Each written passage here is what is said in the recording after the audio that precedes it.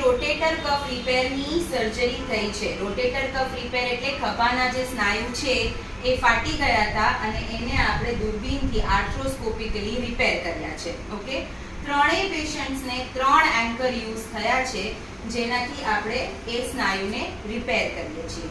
ત્રણેયને એક જ સરખું રિહેબિલિટેશન આવશે. આગળનો જે પ્લાન છે એક જ સરખો ફોલો કરવાનો છે.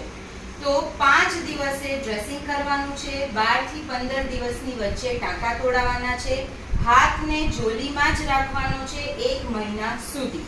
ઓકે, દિવસમાં 8 થી 10 વખત જોલી કાઢીને કોણીની મૂવમેન્ટ ઉપર અને આખું નીચે સુધી કરવાનું છે. ઓકે, ખભાથી હાથને હલાવવાનો નથી. તો કોણીને જ્યારે મૂવ કરો તો ખભો મૂવ થવો ના જોઈએ. ઓકે, હાથને ઉપર લઈ જવાનો તો પ્રશ્ન જ નથી. નાનું મોટું કામ જેમ કે લેપટોપ છે, મોબાઈલ છે અથવા તો ખાવાનું છે એ કરી શકો છો. ખાવામાં બી એવું થશે કે તમારે ડોકને થોડી નીચે કરવી પડશે, બાકી આવી રીતે નહીં ખાઈ શકો. ઓકે, 12 થી 15 દિવસની વચ્ચે ટાંકા તૂટી જાય પછી બી જોલી રાખવાની છે. એના બી 15 દિવસ પછી એટલે કે સર્જરીના 1 મહિના પછી આપણે ફિઝિયોથેરાપી પ્રોપર ચાલુ કરશું. તો એ તમારા જ સિટીમાં જે બી ફિઝિયોથેરાપિસ્ટ હોય એની પાસે તમે કરાવી શકો છો. ઓકે, દવાઓ જેટલી છે, જેટલા દિવસની લખી છે એટલા જ દિવસ લેવાની છે, રિપીટ નથી કરવાની. ખાવા પીવામાં બધું જ અલાઉડ છે. દિવસમાં જોલી એક્સરસાઇઝ વખતે કાઢવાની, બાકી પાછી પહેરી લેવાની છે. સૂતી વખતે બી પહેરવાની છે. સૂતી વખતે સર્જિકલ સાઈડ પર પડતું ફરવાનું નથી. ઓકે, ચત્તા ઊંઘશો તો કદાચ ઊંઘ નહીં આવે, તો આરામ ખુરશી હોય એના ઉપર ઊંઘશો તો ઊંઘ આવી જશે. ખાલી સજેશન છે. ઓકે, બાકી કોઈ ક્વેશ્ચન? આપણે આ કસરત કેટલા દિવસ કરવાની? આ કસરત આપણે 1 મહિના સુધી કન્ટિન્યુઅસ ઘરે જ કરવાની છે. 8 થી 10 વખત દિવસમાં પાટો કાઢી નાખવાનો મહિના સુધી, અને 15-20 વખત કોણી ઉપર નીચે કરીને પાટો પાછો પહેરી લેવાનો. કાંડા અને આંગળીઓની મૂવમેન્ટ છે એ પાટા સાથે બી થશે.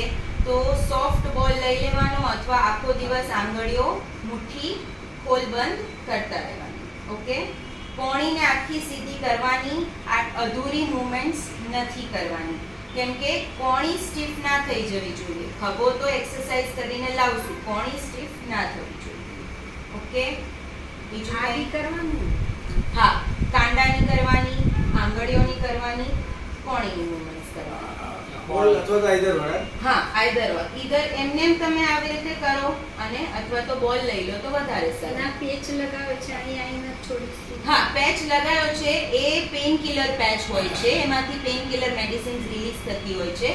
તો માની લો કે 2-3 દિવસની અંદર એવું લાગે છે કે ઉબકા ચડે છે કે મજા નથી આવતી, ચક્કર જેવું આવે છે, તો પછી જાતે કાઢી શકો છો. અને સપોઝ એવું કશું જ નથી થતું તો જ્યારે ટાંકા આપણે ડ્રેસિંગ કરાવવા જાઓ ત્યારે કાઢી નાખો. 5 દિવસ પછી.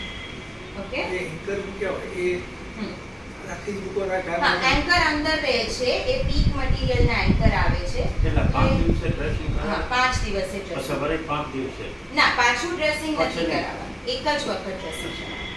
પછી સીધા ટાંકા તોડાવવા. હા, પછી સીધા ટાંકા તોડાવવા. અહીંયા આવો તો ઠીક અહીંયા છે, આવવાનું કાંઈ. ના આવો તો ત્યાં કરાવી શકો છો. બધાના નંબર આપેલા છે. અમને કોઈને બી ફોન કરી ત્યારે ડોક્ટર આ શ્રુતિ કસરત સાથે વાત કરવી કરવી અઘરી છે. છે.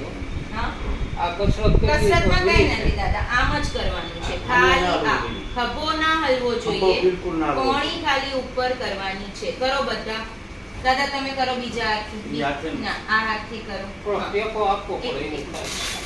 કાંઈ શરૂઆતમાં 2 દિવસ રહે પછી તમારે રેગ્યુલર થઈ બસ ભલે કરો. કોણીનું મૂવમેન્ટ કરો. આ કરો.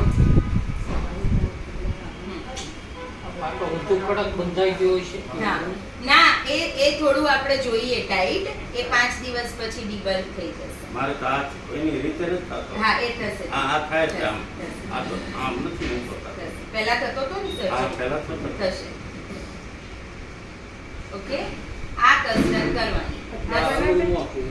આ બરોબર છે ને? હા, બસ ખભો હલવો ના આ ન જોઈએ. હલવો જોઈએ. ખભો. Okay, done. રેડી.